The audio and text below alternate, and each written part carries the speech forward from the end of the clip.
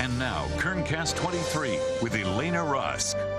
Well, good morning, everyone. Warm out there, but we do have a disturbance moving onshore, and that's creating a little bit of this breeze that you see in our upper elevations there. Still very mild out there. Yesterday, we got up to 95. It looks like today will be even warmer. We're continuing to climb further and further away from our average of 87 as we talk about those 90s to wrap up the month of September. We can't even avoid the 100s out there.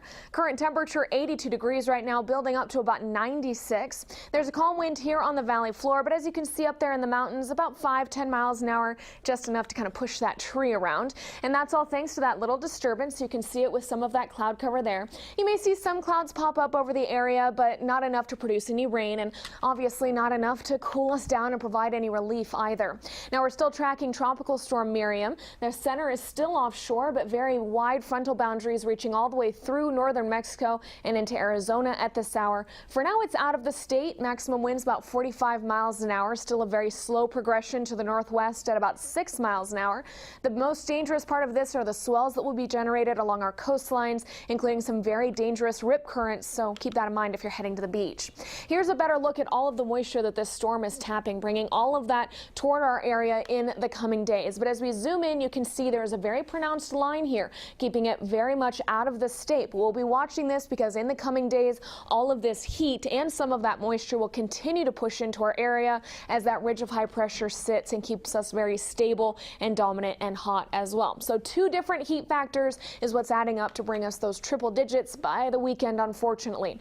We're still watching this very beautiful system here in the Gulf of Alaska, but a very slow progression. It is huge, as you can see on the cold front here, very cold unsettled air feeding into it. The thing is, this ridge of high pressure is so hot, and it's going to have a second one building up with it, that it's going to keep that storm to the north. We won't be talking about one of these cold Alaskan storms affecting us until it looks like maybe Thursday or Friday of next week. A full week of heat ahead of us as we head into October.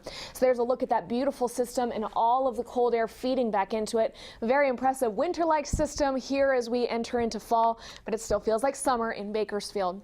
Our air quality unhealthy for sensitive groups at 106 on the index because of that stability. All of those pollutants will start to filter back down to the ground. Our allergy is suspended with those pollens in the air as well, so 6.6 out of 12 in that forecast.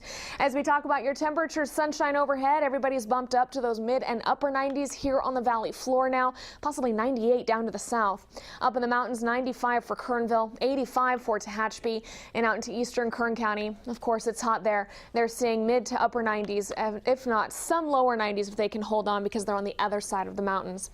Now we heat all the way up there, those triple digits by Monday and Tuesday of next week, introducing some cloud cover as well. So go ahead and prepare for the heat because it's not going away anytime soon. Mike?